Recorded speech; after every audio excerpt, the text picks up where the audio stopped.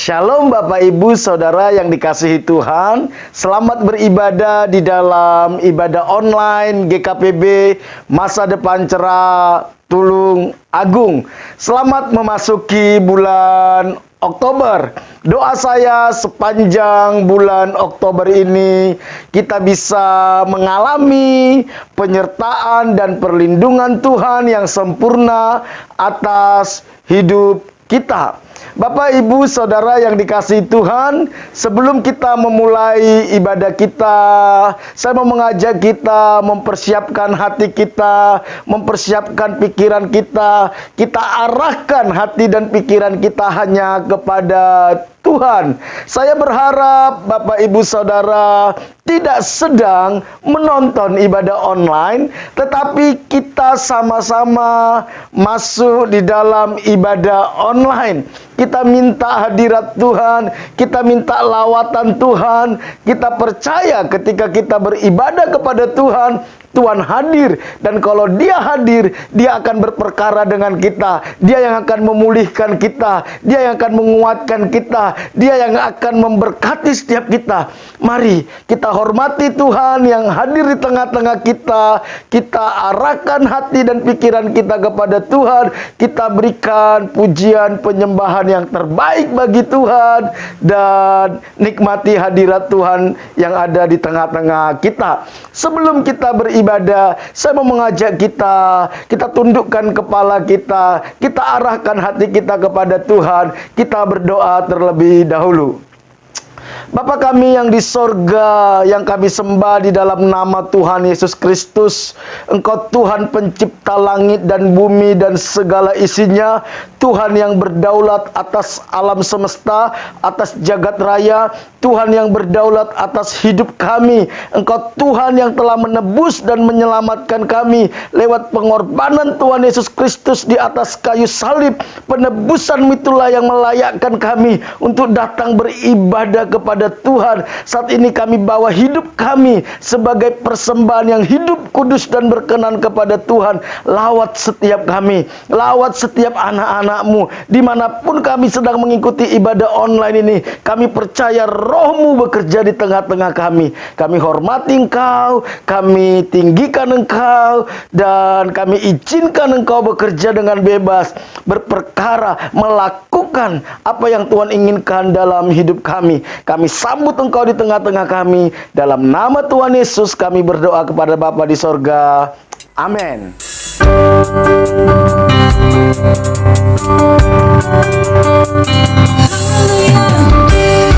percaya kuasa-Mu besar dalam hidup kami bersyukur memiliki Allah yang dahsyat. Terpujilah nama-Mu.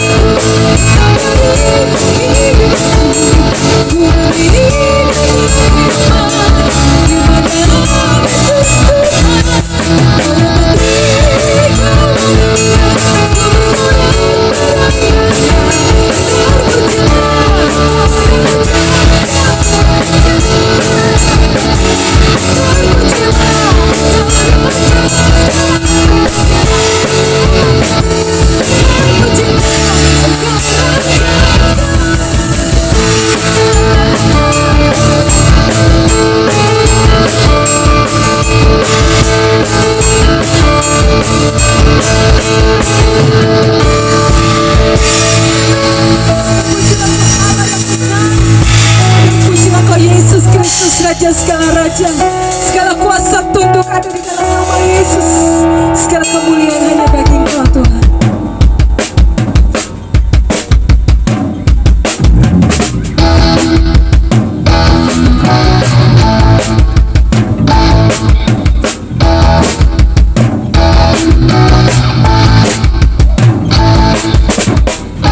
Pujilah namamu Tuhan, kuat dan berkemuliaan, satu serang menyatakan kebesaran-Mu kekal selamanya. Terpujilah namamu Tuhan, ajaib dan berkeagungan, satu hati katakan kebesaran-Mu kekal selamanya.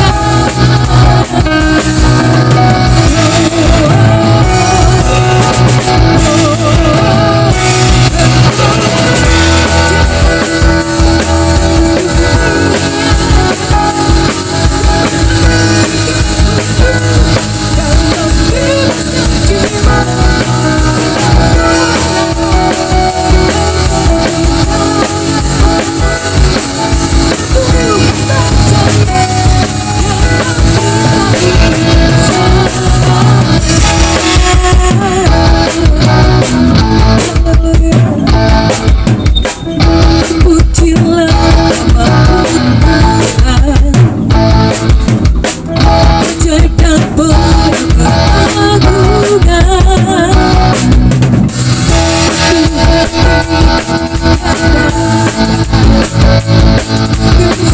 kebesaran-Mu kekal selamanya.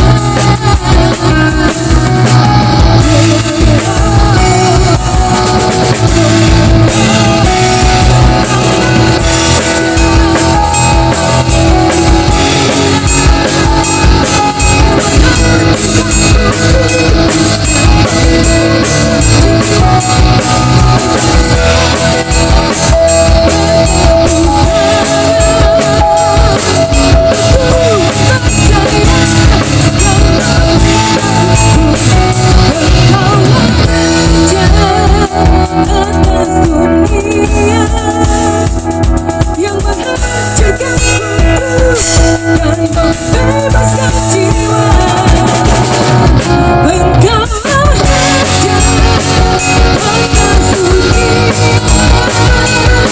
Yang menghancurkanku dan membebaskan jiwa, kami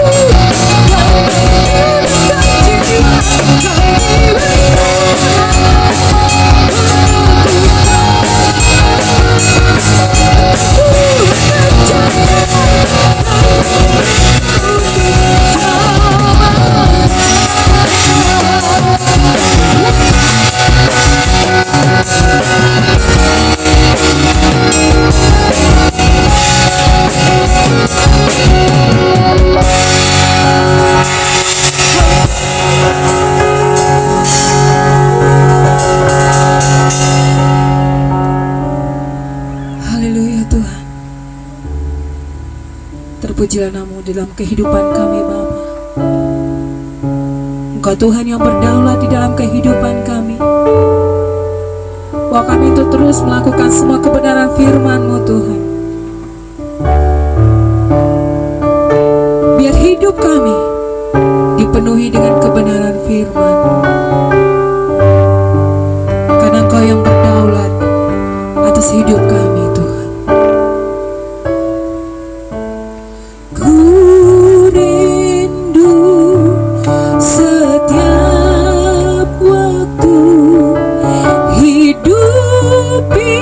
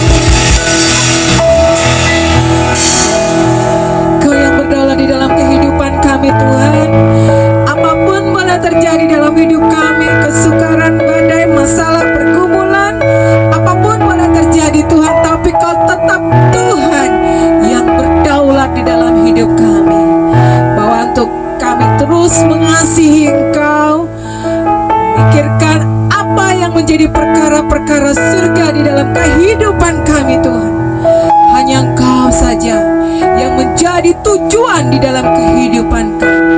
Terima kasih Tuhan Yesus, berbicaralah, kami siap di dalam nama. Haleluya. Amin.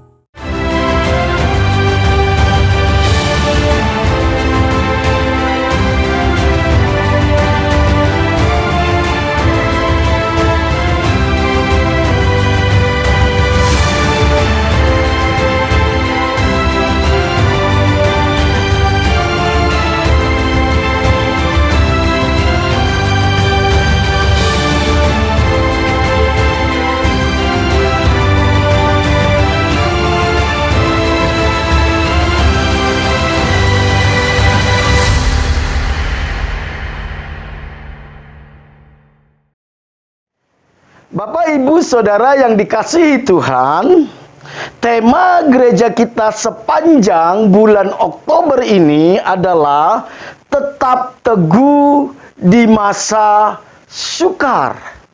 Tetap teguh di masa sukar.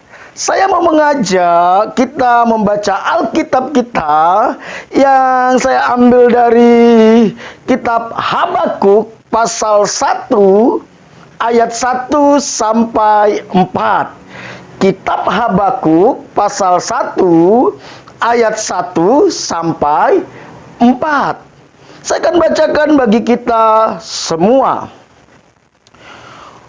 Ucapan ilahi dalam penglihatan Nabi Habakuk. Berapa lama lagi Tuhan aku berteriak, tetapi tidak kau dengar. Aku berseru kepadamu penindasan, tetapi tidak kau tolong. Mengapa engkau memperlihatkan kepadaku kejahatan, sehingga aku memandang kelaliman? Ya, aniaya dan kekerasan ada di depan mataku. Perbantahan dan pertikaian terjadi. Ayat 4. Itulah sebabnya hukum kehilangan kekuatannya dan tidak pernah muncul keadilan. Sebab orang fasik mengepung orang benar. Itulah sebabnya keadilan muncul terbalik. Bapak, Ibu, Saudara yang dikasihi Tuhan, sebelum saya membagikan renungan pada hari ini, sebelum saya melanjutkan khotbah saya mau mengajak kita untuk menyaksikan sebuah video yang sangat bagus sekali, dan video ini sangat memberkati saya dan memberkati banyak orang. Mari kita saksikan videonya bersama-sama.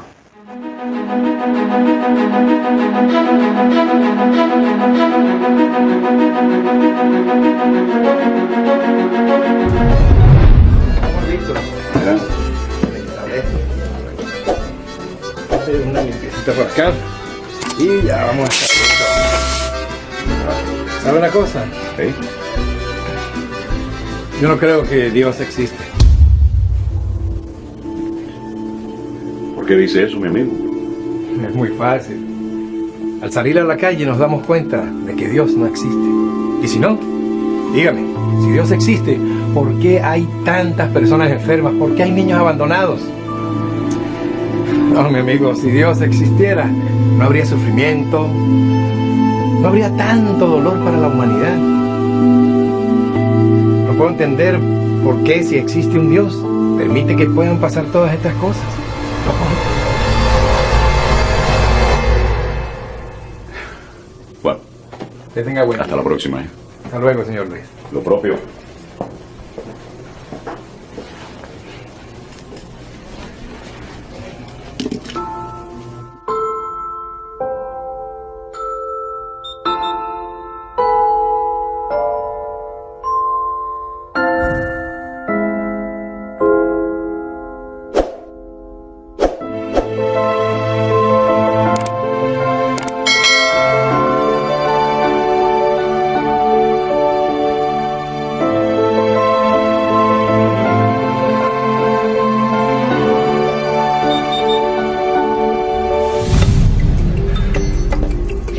¿Sabe una cosa?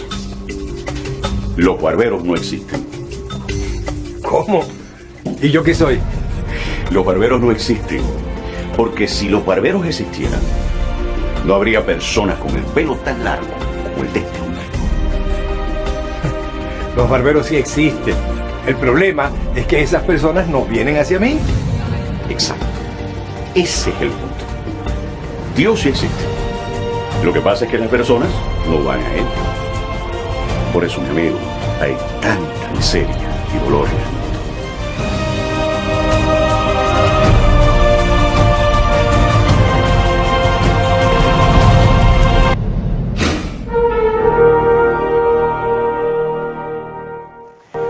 Bapak, Ibu, saudara yang dikasihi Tuhan, dalam keadaan yang sulit, dalam keadaan yang tidak pasti, tidak jarang kita temukan ada banyak orang mulai mempertanyakan, apakah Tuhan itu ada? Apakah Tuhan itu ada? Dan kalau Tuhan itu ada, apakah Dia mengasihi saya? Apakah Tuhan itu mengasihi manusia? Dan kalau Tuhan itu ada dan Dia mengasihi manusia, apakah Ia Maha Kuasa? Pertanyaan ini tidak jarang saya dengar dilontarkan oleh beberapa orang ketika mereka menghadapi masa-masa sulit, ketika mereka menghadapi masa-masa yang mereka tidak inginkan. Kalau memang Tuhan itu ada, dan Dia mengasihi, dan Dia Maha Kuasa, kenapa Dia membiarkan saya mengalami penderitaan? Mengapa kejahatan dibiarkan begitu merajalela?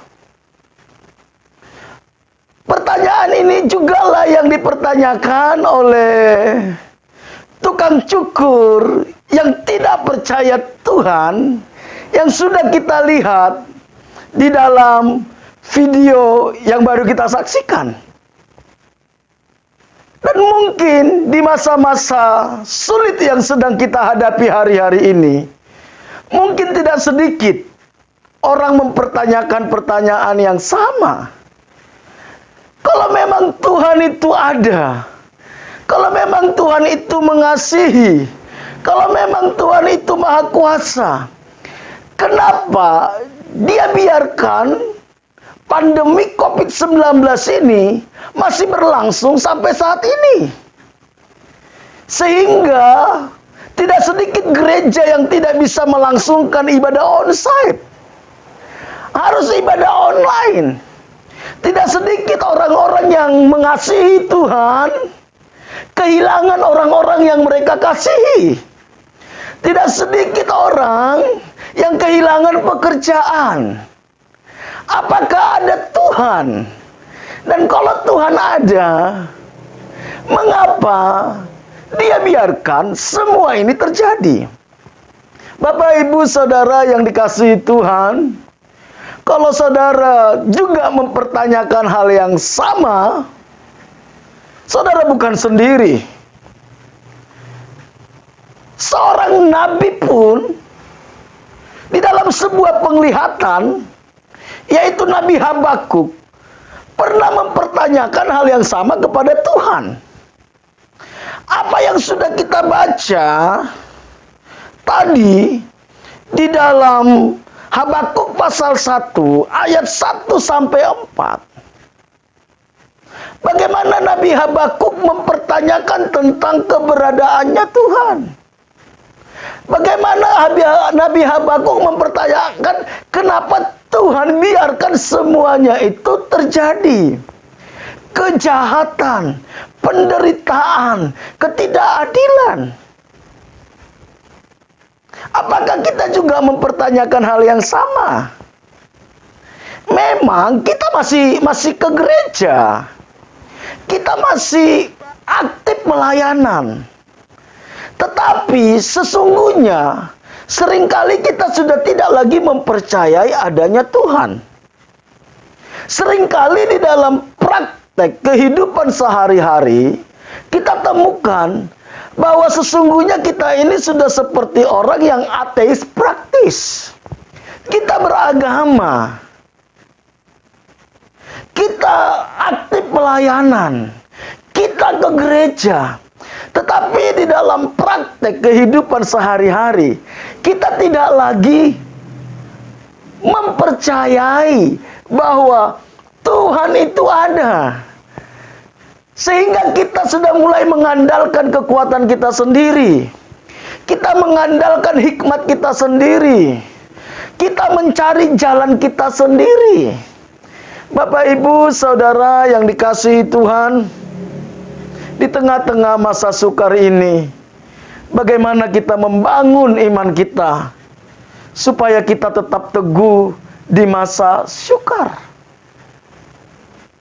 Pertanyaan yang diajukan oleh Nabi Habakuk seringkali pertanyaan yang sama juga yang kita pertanyakan kepada Tuhan. Atau mungkin kita tidak berani mempertanyakan kepada Tuhan, tetapi sikap kita kepada Tuhan, respon kita atas setiap permasalahan, itu menjadi jawaban bahwa kita sebenarnya sedang meragukan Tuhan. Kita sebenarnya sudah tidak lagi percaya sama Tuhan. Dan saya percaya ini adalah tipu muslihat iblis. Caranya iblis membuat kita jauh daripada Tuhan.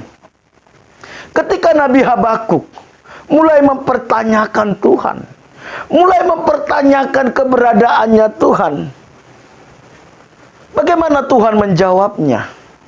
Apa jawaban Tuhan terhadap pertanyaan-pertanyaan yang diajukan oleh Nabi Habakuk?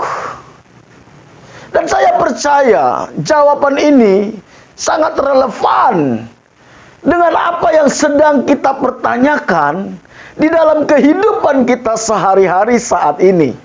Di dalam menghadapi masa-masa sulit akibat pandemi COVID-19 dan krisis ekonomi yang semakin sulit, saudara. Saya mau mengajak kita, apa jawaban Tuhan atas pertanyaan Nabi Habakuk? Di dalam Habakuk pasal 2, Habakuk pasal 2 ayat 1 sampai 4. Habakuk pasal 2 ayat 1 sampai 4 dikatakan seperti ini. Aku mau berdiri di tempat pengintaianku dan berdiri tegak di menara. Aku mau meninjau dan menantikan apa yang akan difirmankannya kepadaku dan apa yang akan dijawabnya atas pengaduanku. Luar biasa, saudara. Habakuk bertanya kepada Tuhan, bukan cuma sekedar bertanya, tapi dia menantikan jawaban Tuhan. Saudara, tidak sedikit saya temukan orang, dia bertanya kepada Tuhan, tapi dia nggak mau tahu dengan jawaban Tuhan. Mari kita cari apa kehendak Tuhan. Apa jawaban Tuhan atas setiap pergumulan kita. Apa maksud Tuhan atas setiap pergumulan kita. Saya sering temukan orang komplain, orang menggerutu, orang mempertanyakan sesuatu kepada Tuhan, tapi dia nggak butuh jawaban. Dia hanya butuh semua keinginannya dipenuhi Tuhan. Saya pikir itu bukan sikap seorang anak Tuhan yang dewasa. Kehendak Tuhan itu jauh lebih penting dari sekedar masalah kita diselesaikan. Mengerti apa maksud Tuhan itu jauh lebih penting dari sekedar masalah kita selesai. Karena kalau masalah kita selesai, kita tetap nggak mengerti kehendak Tuhan, maka akan timbul masalah-masalah yang lain yang mungkin jauh lebih berat. Tetapi kalau kita mengerti kehendak Tuhan dan berjalan dalam kehendak Tuhan, saya percaya sesulit apapun masalah, sesukar apapun keadaan, kita bisa melihat kehadiran Tuhan di dalam masalah kita. Dan kita bisa menemukan pertolongan Tuhan di dalam setiap pergumulan kita. Ayat 2 dikatakan, saudara. Habakuk pasal 2 ayat 2. Lalu Tuhan menjawab aku demikian. Tuliskanlah penglihatan itu dan ukirkanlah itu pada loh-loh, supaya orang sambil lalu dapat membacanya. Sebab penglihatan itu masih menanti saatnya, tetapi ia bersegera menuju kesudahannya dengan tidak menipu. Apabila berlambat-lambat, nantikanlah itu. Sebab itu sungguh-sungguh akan datang dan tidak akan bertangguh. Sesungguhnya orang yang membusungkan dada tidak lurus hatinya, tetapi orang yang benar itu akan hidup oleh percayanya. Bapak, Ibu, Saudara yang dikasihi Tuhan, dari apa yang sudah kita baca, jawaban Tuhan atas pertanyaan Habakuk perihal penglihatannya tentang kejahatan, tentang ketidakadilan, tentang penganiayaan dan penderitaan. Ada beberapa hal yang perlu kita pelajari.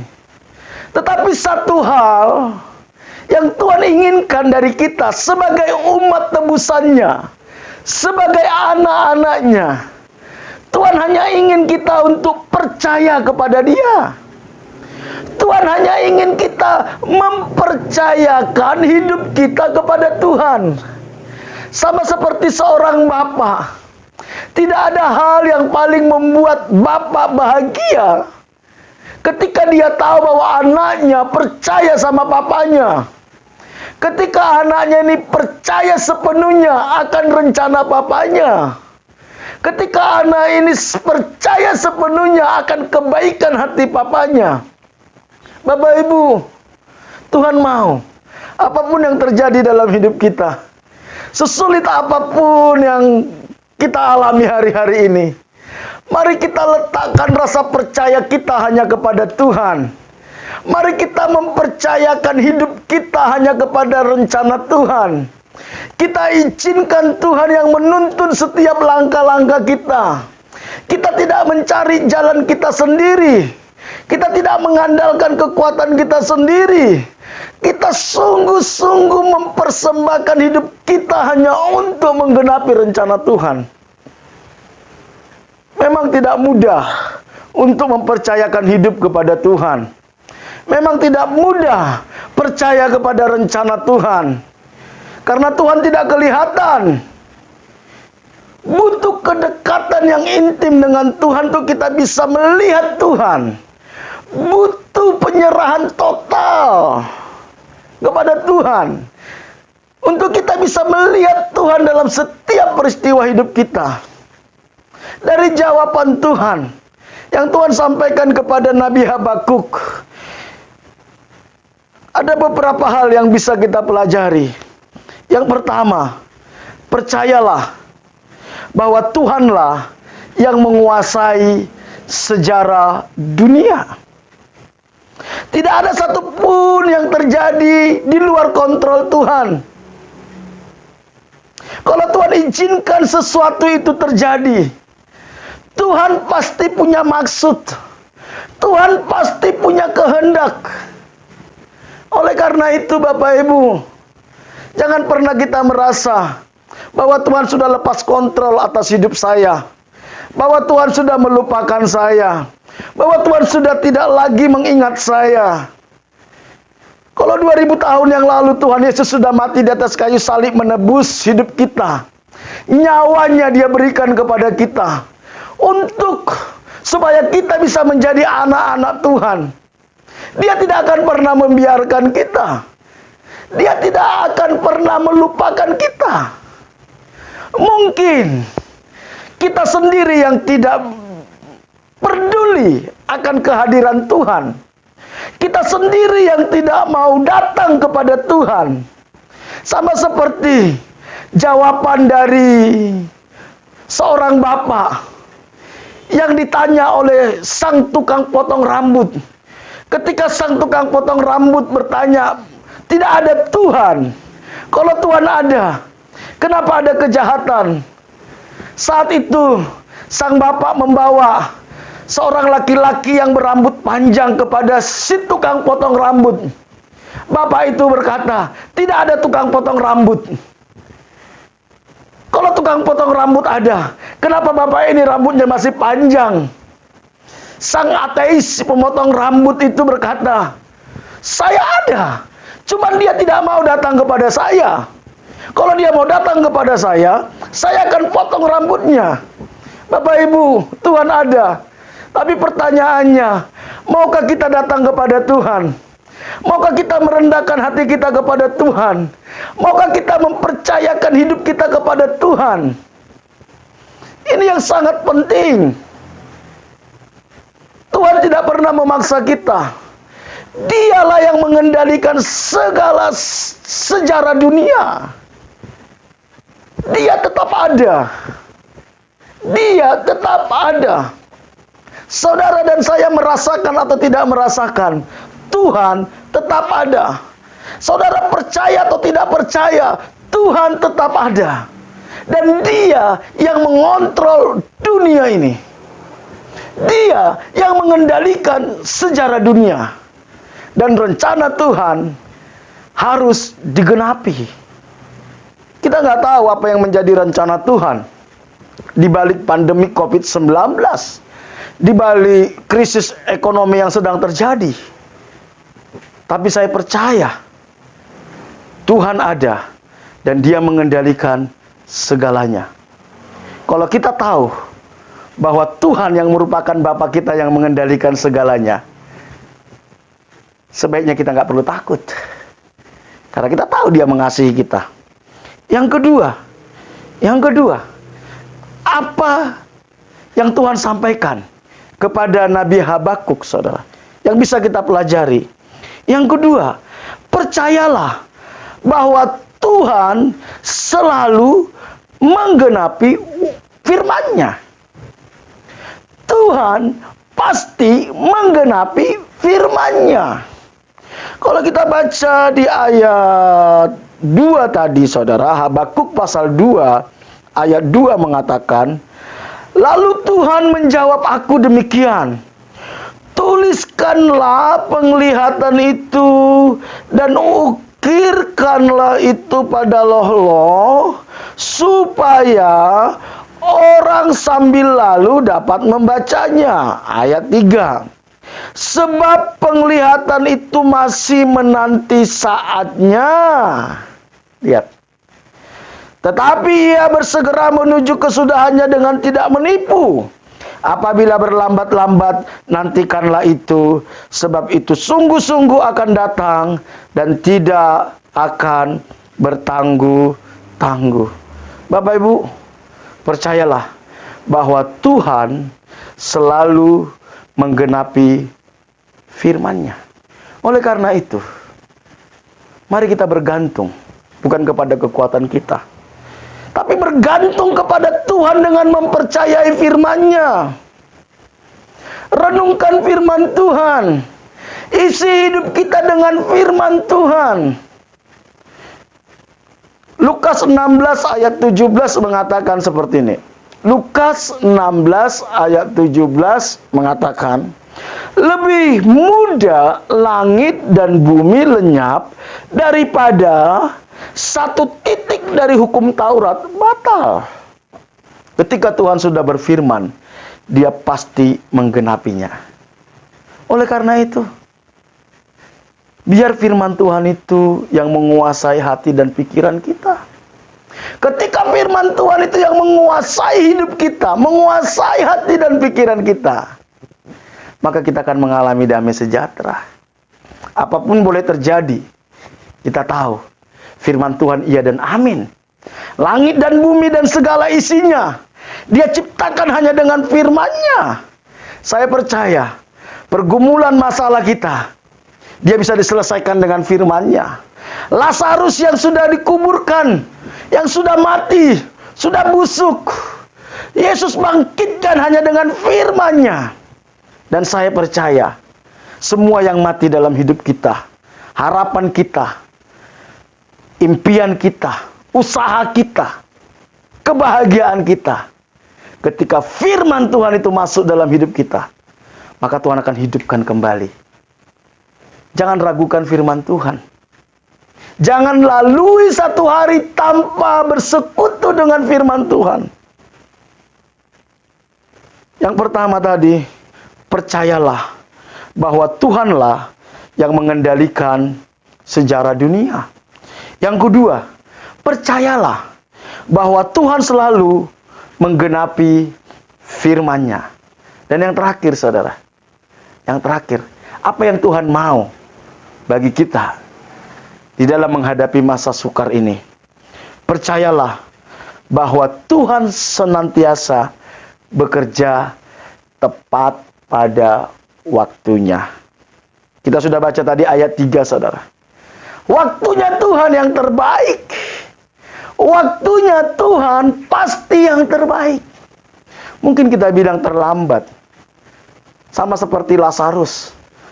Ketika Maria bilang, oh sudah terlambat Tuhan. Seandainya Engkau datang kemarin, Lazarus tidak akan mati. Tetapi Tuhan tahu kapan waktunya menolong kita. Tuhan tahu bagaimana caranya menolong kita. Yang Tuhan minta dari kita adalah percaya. Percaya dan percayakan hidup kita kepada Tuhan. Di dalam rasa percaya itu ada pengharapan. Di dalam rasa percaya itu ada ketaatan.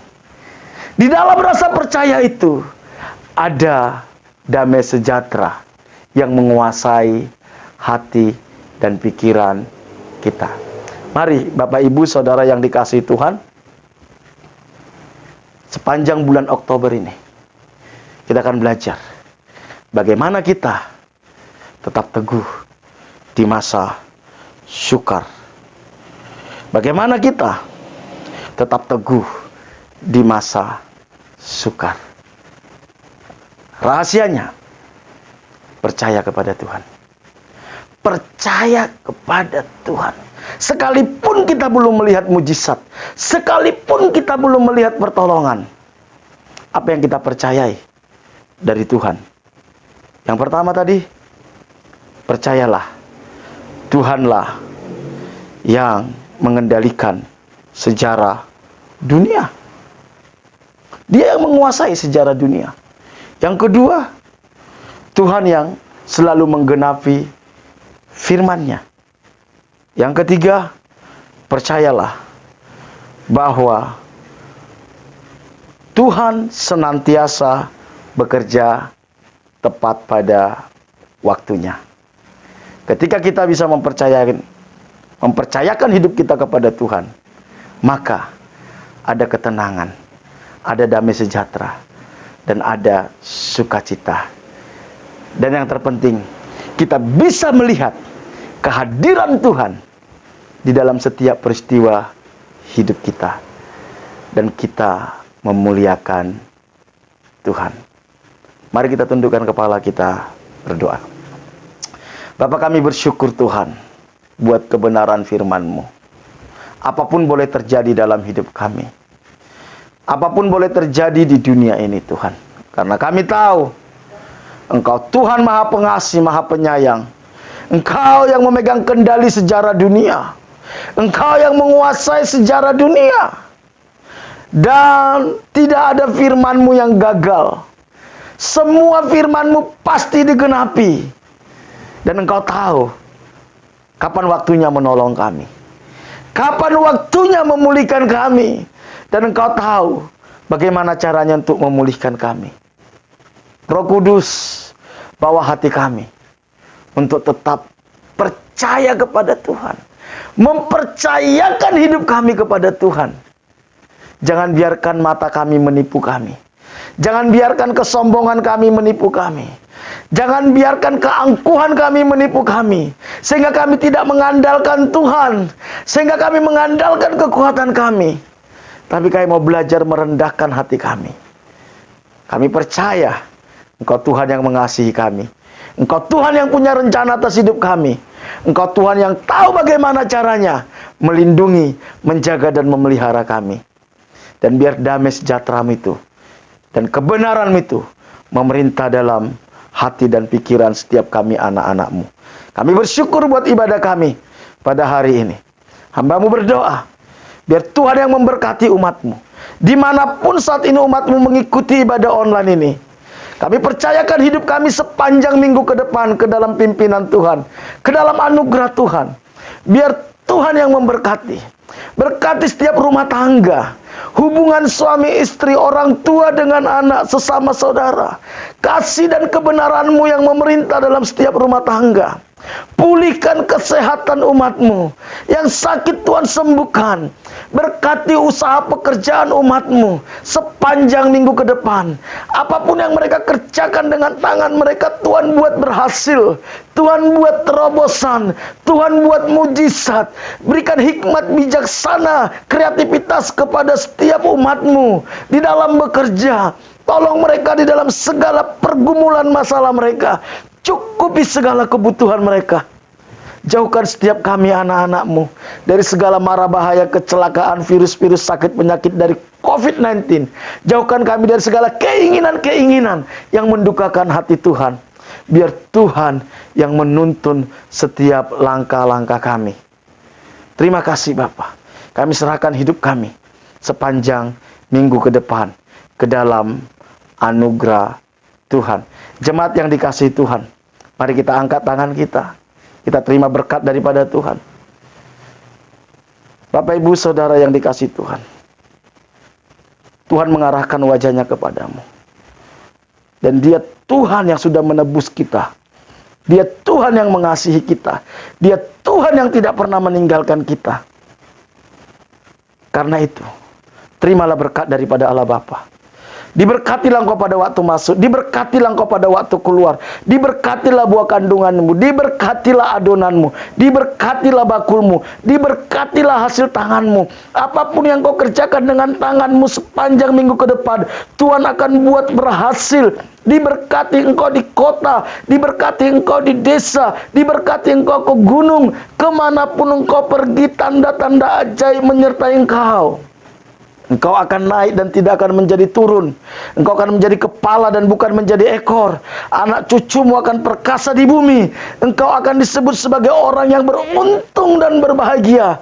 Dan lewat hidupmu akan banyak orang menerima berkat yang berasal daripada Tuhan.